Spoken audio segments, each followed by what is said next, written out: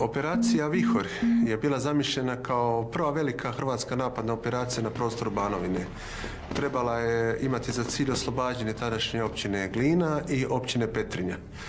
Planom operacije bilo predviđeno da u napad krene ili drži liniju bojišta 14 postrojbi hrvatske vojske. Akcija je krenula dobro i prva bojna je krenula prema cilju s tim da je zapela. I tu smo imali jedan veliki okršaj. Ja sam sa 40 momaka potjerao njih 200. I kad su vidjeli da su naišli na tvrdo, počeli su da bježe prema Kupi, gdje sam ja skroz na rijeku Obolu izišao i tukao pustošama. Oni se davili kao zečevi.